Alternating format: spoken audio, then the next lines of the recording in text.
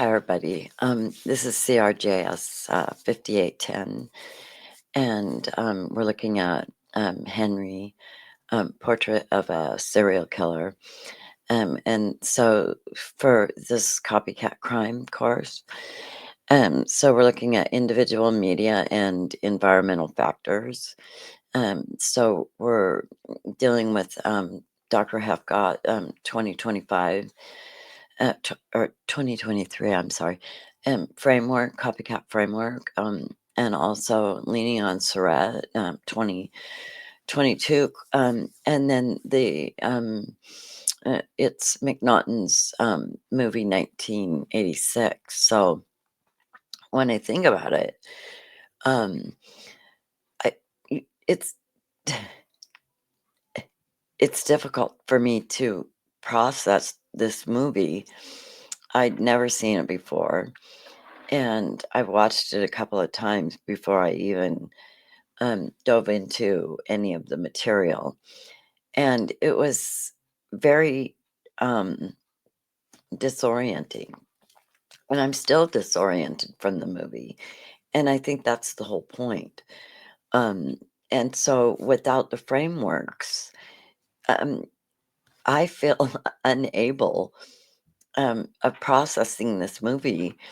Um, and that's the horror, why it's a horror movie. Because I feel exposed um, when I comment on it without using this framework. That's my experience, anyways. But I think that's the whole point of the movie, why it's a horror. And so to stay focused and organized, I make these tables. Um, and so I've got table 2 here, and it's talking about that mix of the real and the unreal. And it's like that caricature effect that we feel in the movie. And so I'm just gonna leave this up here while I make some other points. And so Henry doesn't um, desensitize it. Um, it recruits empathy. And so, I mean, before learning the theory, for me, I absorbed these films exactly as designed. Um, and without language, then I was fully susceptible to the manipulation. And so now, after watching it, I can decode the machinery of it, the desensitization, the moral anesthesia, and then the vicarious reinforcement. And I think that's Bandura 1977. And then from moving from consumer to analyst, it means shifting from being hypnotized by the imagery to observing the conditioning pulse underneath it. And so his realism, McNaughton's, it acts as like a moral engineering. It's scripting empathy through that controlled flattening of the effect, right? Because there's no backstory of anybody really, just these snippets. And then are they true or they're not true? I mean, you can't even decipher what to believe. And then so, gaining the knowledge with the language with the copycat loops, the mediated violence, the edge sitter, contagion, then it doesn't numb, it liberates from the manipulation of it all. And it's like a moral co-option through that, moral anesthesia. And it's so like your empathy gets hijacked, and then it's repurposed towards the destruction. Mm, and it's clearly in the scene with the television and the salesman, um, and then we show these snippets of empathy, but we have to create our own backstory of why it deserves that kind of empathy. And so I just find that to be really interesting. And so then we move to the edge setter's experience. And so it forces the viewers to lose that narrative footing. Um, so we feel the empathy without justification, and watch the moral response that we're being led to instead of, um, being fully informed. And so it isn't just the desensitization, it's also the moral kind of disorganizing of your, you know, I always think of my morals and ethics on this vertical line, and where are the outliers and why are they there? And so it just brings me back to that. Um, and then recognizing that the manipulation instead of romanticizing it. And so, excuse me. And I was thinking it's like desistance in how I'm thinking, in action. And so, I mean, it's just really a lot to, um, process. And so when we're thinking about the violence, I made another table to be able to, um, focus in on these frameworks instead of being drawn in by this disorganized moral reasoning of the need to have some, closure, or, a symbolic reason for doing what's been done, or justification, and there really isn't one.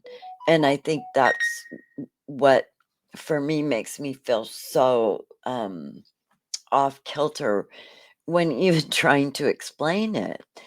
And that's what these frameworks, give me to keep me on track with this.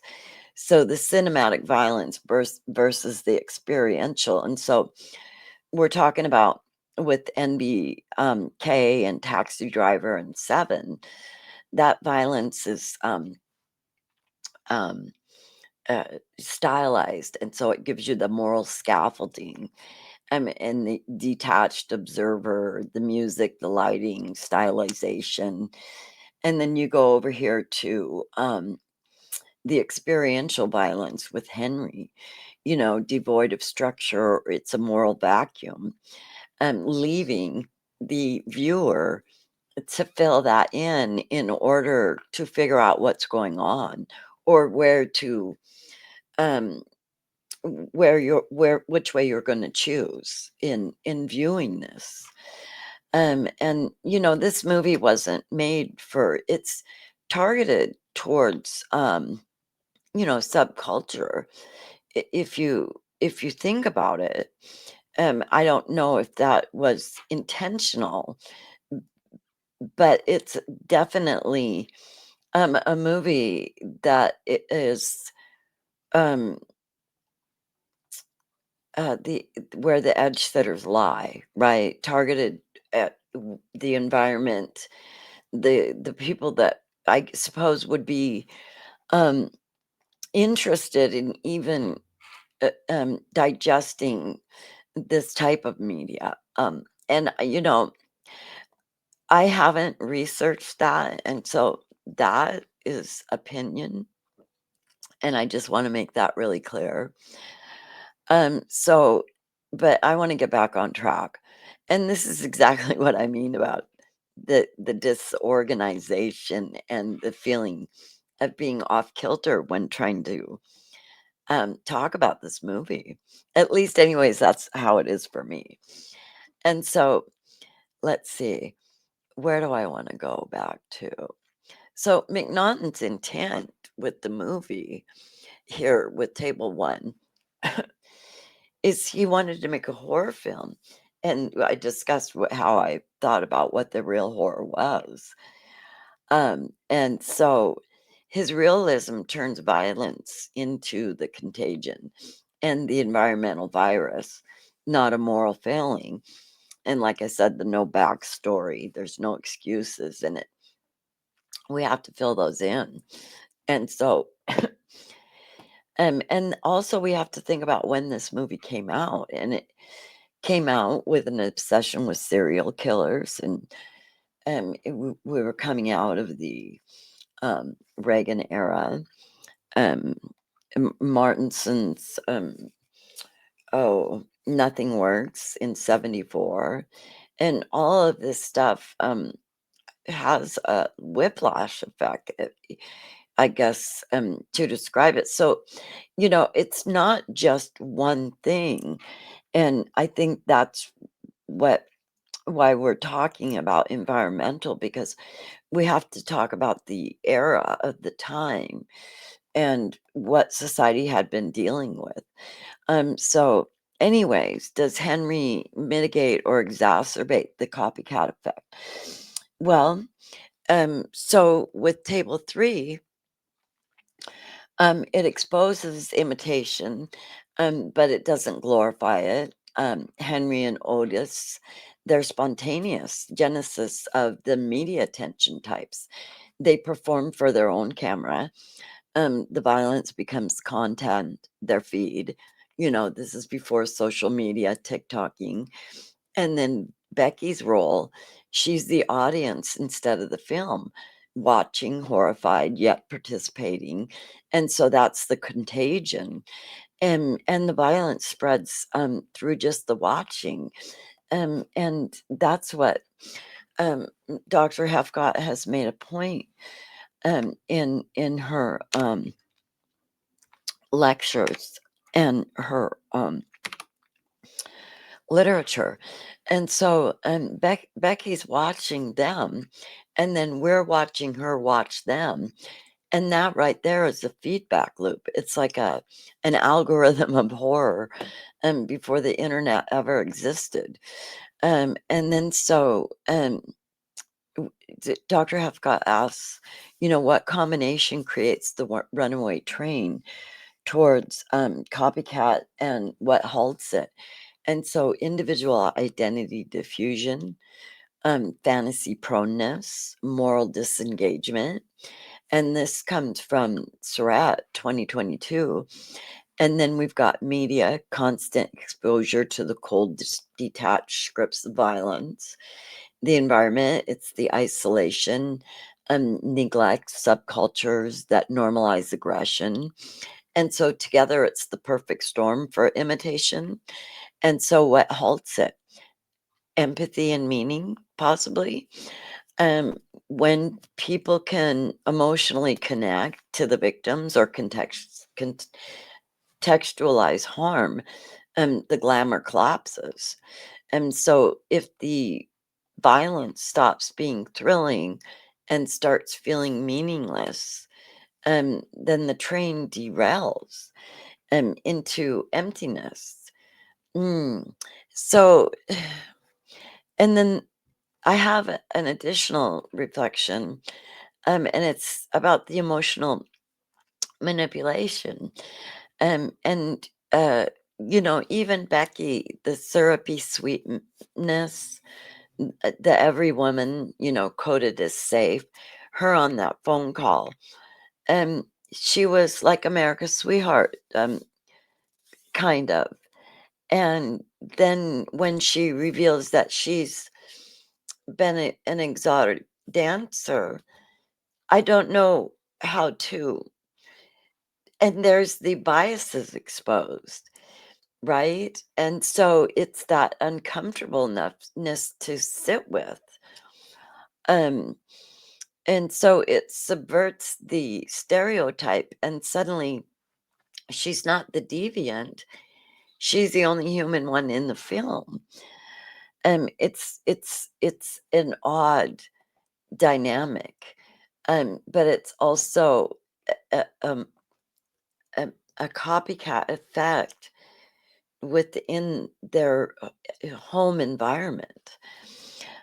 So McNaughton basically uses I don't know if it was intentional, but the empathy is almost like a weapon. So it's the same mechanism as copycat conversion, contagion, but it's inverted.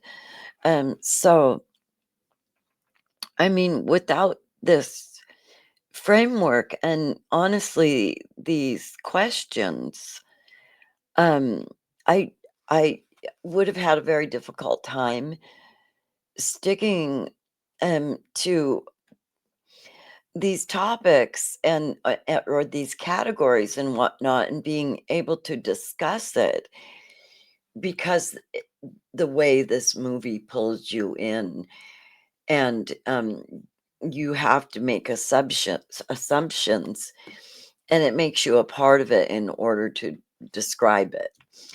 And I think that is probably, I'm still um, trying to sit with that.